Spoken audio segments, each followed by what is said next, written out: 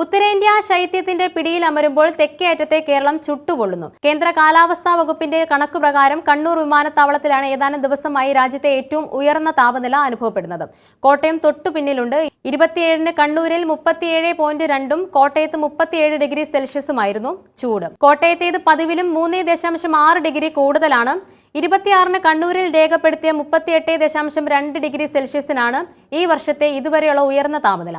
24-ന് കണ്ണൂരിൽ 36.6-ഉം കോട്ടയത്ത് 36.5 degree Celsius താപനിലയും രേഖപ്പെടുത്തി. 2 വർഷമായി ജനുവരിയിൽ തന്നെ ചൂട് കൂടുന്ന പ്രവണത കേരളത്തിലുണ്ട്. മുൻപ് മാർച്ച് ഏപ്രിൽ മാസങ്ങളിലായിരുന്നു ചൂട് കൂടിയിരുന്നത്. കാലാവസ്ഥാ വകുപ്പിന്റെ സ്വയം നിയന്ത്രിത മാപിനികളിൽ പലതിലും താപനില 38 ഡിഗ്രിക്ക് മുകളിൽ രേഖപ്പെടുത്തുന്നുണ്ട്. ഇതിന് ഔദ്യോഗിക സ്ഥിരീകരണവുമില്ല. എന്തായാലും സംസ്ഥാനത്ത് വരും ദിവസങ്ങളിൽ ചൂട് കൂടുമെന്നാണ് കാലാവസ്ഥാ വകുപ്പിന്റെ മുന്നറിയിപ്പ്.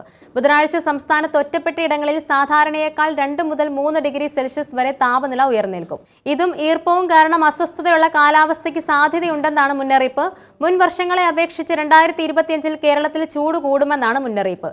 ഉത്തരായന കാലം തുടങ്ങിയതിനാൽ സൂര്യരശ്മി കുത്തനെ പതിക്കുന്നതും ചൂട് കൂടാൻ കാരണമാണ്.